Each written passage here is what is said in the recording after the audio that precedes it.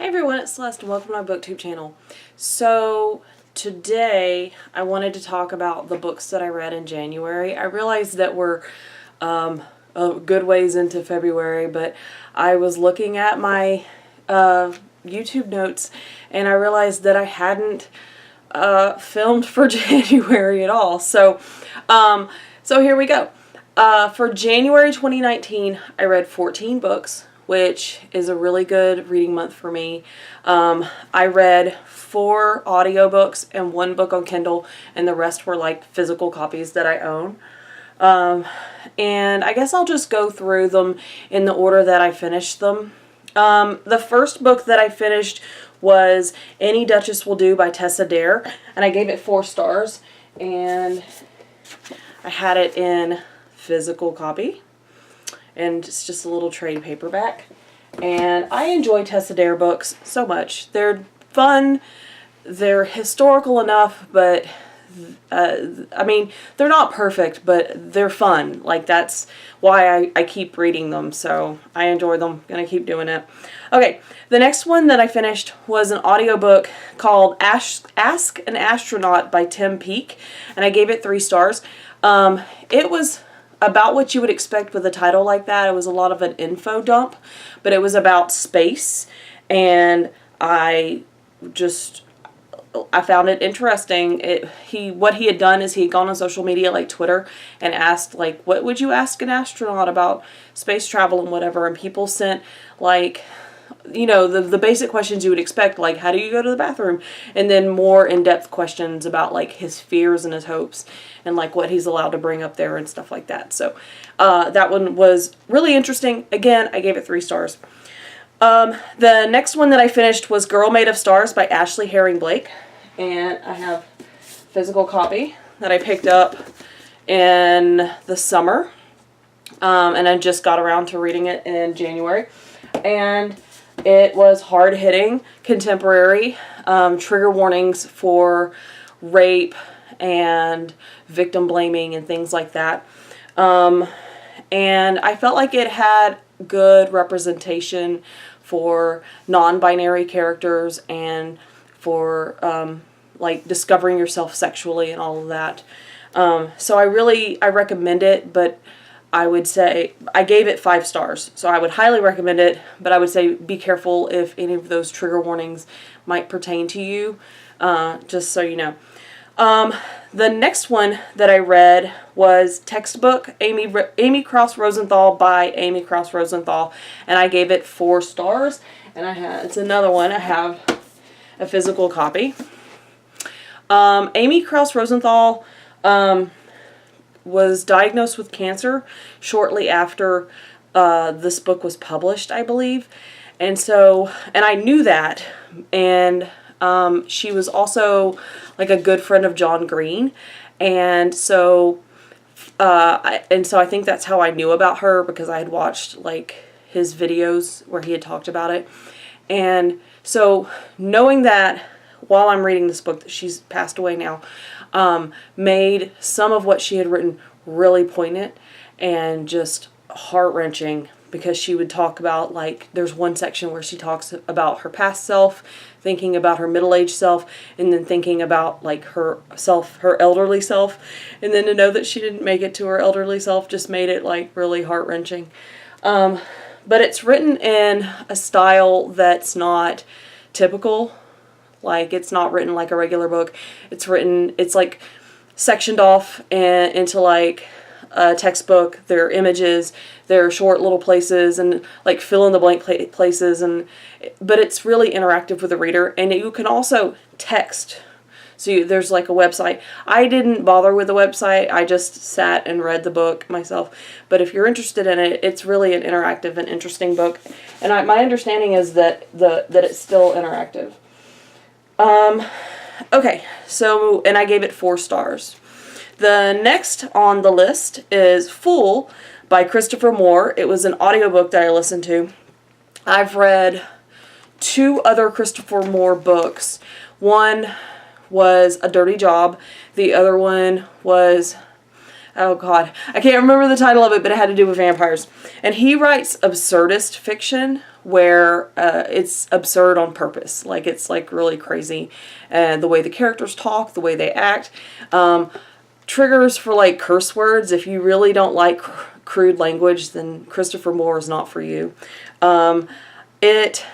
Okay, so the style of Fool is the Fool for King Lear, and it's like a retelling of King Lear, but it goes like differently. And the Fool is like the narrator and the main character, and so it kind of takes a different perspective for the entire story, and it incorporates other Shakespearean things. It's not accurate as far as like time period, and it's not accurate as far as like the play, the original play, like King Lear, but it's entertaining and fun, and I gave it 4 stars because I like the absurd, and I like Christopher Moore's style. So the next one that I read was the only Kindle book that I finished. I just haven't been doing a good job on my Kindle. I've been reading my physical copies, listening to my audiobooks more than I've been reading on my phone. But the Kindle book that I read next was Tossed into Love by Aurora Rose Reynolds, and I gave it 3 stars. For those who've paid attention, last year I was reading a lot of Aurora Rose Reynolds like books. There's a whole series like Tossed into This or Drawn into This or Run into This or whatever. Like, those are the kind of titles of her books. And so it's just fluffy romance. There's, and it follows a formula. It's just comfortable to read. But, and so I gave it 3 stars because it was just an average, comfortable contemporary romance. So it was nice. It's got a little steamy parts too. The next one that I read was for my book club that I'm in. I'm in an actual book club in real life. And we read Behind Closed Doors by B.A. Paris. And I have my handy dandy paperback book for that. It is a thriller. We were interested in like reading something kind of exciting for the beginning of our year. It's about this woman who marries this man, and on the outside it looks like their marriage is perfect, but inside, behind closed doors, right, there's all kinds of issues, and she's got to figure out what she needs to do to stop bad things from happening, basically. I gave it 4 stars. It's not that I couldn't put it down, but I got into it. The more I read, the more interested I was in it, and so, like, as thrillers go, like, I was pretty excited by it. And it's like a domestic thriller. So again, if you are triggered by issues dealing with like domestic thrillers, then use caution with that one. The next one that I listened to was an audiobook, The Martian by Andy Weir. I know I'm late to the party on that, but it was really, I was still in a space mood. So when I finished Fool, I went back into, space-themed things. I enjoyed the heck out of The Martian. I ended up giving it 4 stars. So, and I think everybody knows about it, right? Like, this astronaut gets stranded on Mars, and he has to figure out, like, how to solve certain problems so that he can live long enough so that NASA can save him. Okay. Then the next one that I read is a short one, and it's Everyone's an Alien When You're an Alien Too by Johnny Sun. I know that people really love this book. I just thought it was okay. It wasn't great to me. I gave it 3 stars. Like, I understand why people really like it, but it just didn't touch me the same. There were some really nice sentiments, and there were some really touching parts, but overall I just gave it kind of an average 3 star. The next one that I read was an audiobook, Brain on Fire by Susanna Cahalan, and I gave it 3 stars. Parts of it were like an info dump. But it's a story of this 20-something-year-old woman in New York City who, I think in 2007, around that time, started exhibiting like all these symptoms, and her family had to intervene, and she was hospitalized, and it's not, what was wrong with her was like a mystery for a while. They had to figure out what was wrong, and it wasn't typical. It was something unusual, and so It was sort of like a medical mystery, kind of. And it was pretty interesting. And I gave it 3 stars. The next one that I read, feeling romancy, Josh and Hazel's Guide to Not Dating by Christina Lauren. I love Christina Lauren books. I think that they do a great job with them. I gave it 4 stars, and it's a nice, fluffy, contemporary romance.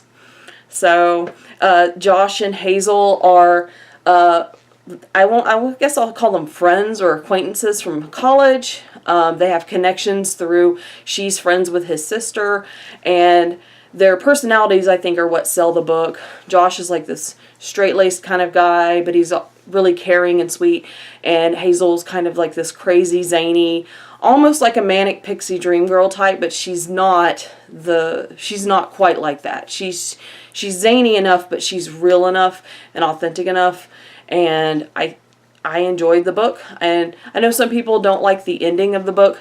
I was fine with the ending of the book. I thought the ending of the book was great.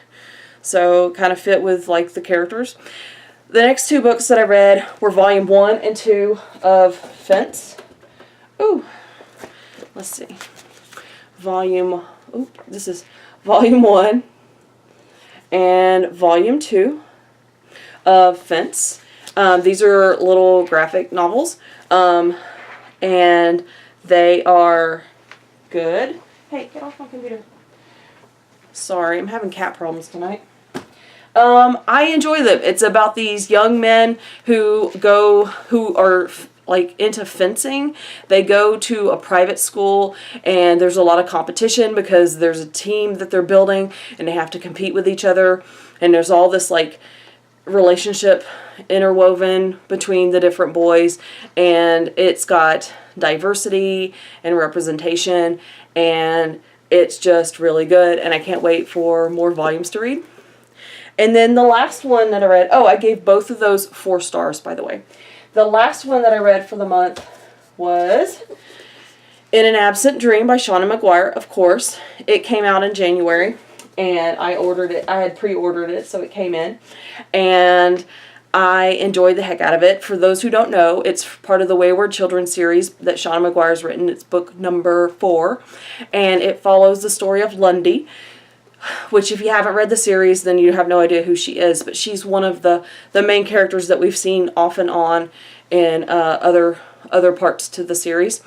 And it's touching. Shauna McGuire just has a way of making the characters realistic in these fantastical worlds, and the problems that they face are problems that you can relate to, even though you're not part of that world, and the consequences to their actions, you don't have to deal with those consequences, but you understand the depth and how those work. And so again, I gave it 5 stars. I enjoyed the heck out of it. Like, Shauna McGuire's just, the Wayward Children series is just wonderful. I just love it. I don't know what else to say about it. So for the total for audiobooks, Kindle books, graphic novels, and regular novels and such, for the month of January for me was 14. So I had a pretty good month. I did not have a TBR going into January. I was just mood reading and picking up what I wanted. And so, yeah, that's kind of how January went for me. February is going a little differently for me. I'm trying to read, diverse books, and I'm trying to read, like, following my moods, and I guess we'll check back later. So, thanks for watching. And if you haven't already, please consider subscribing or liking my videos. And I'll talk to you next time. Bye.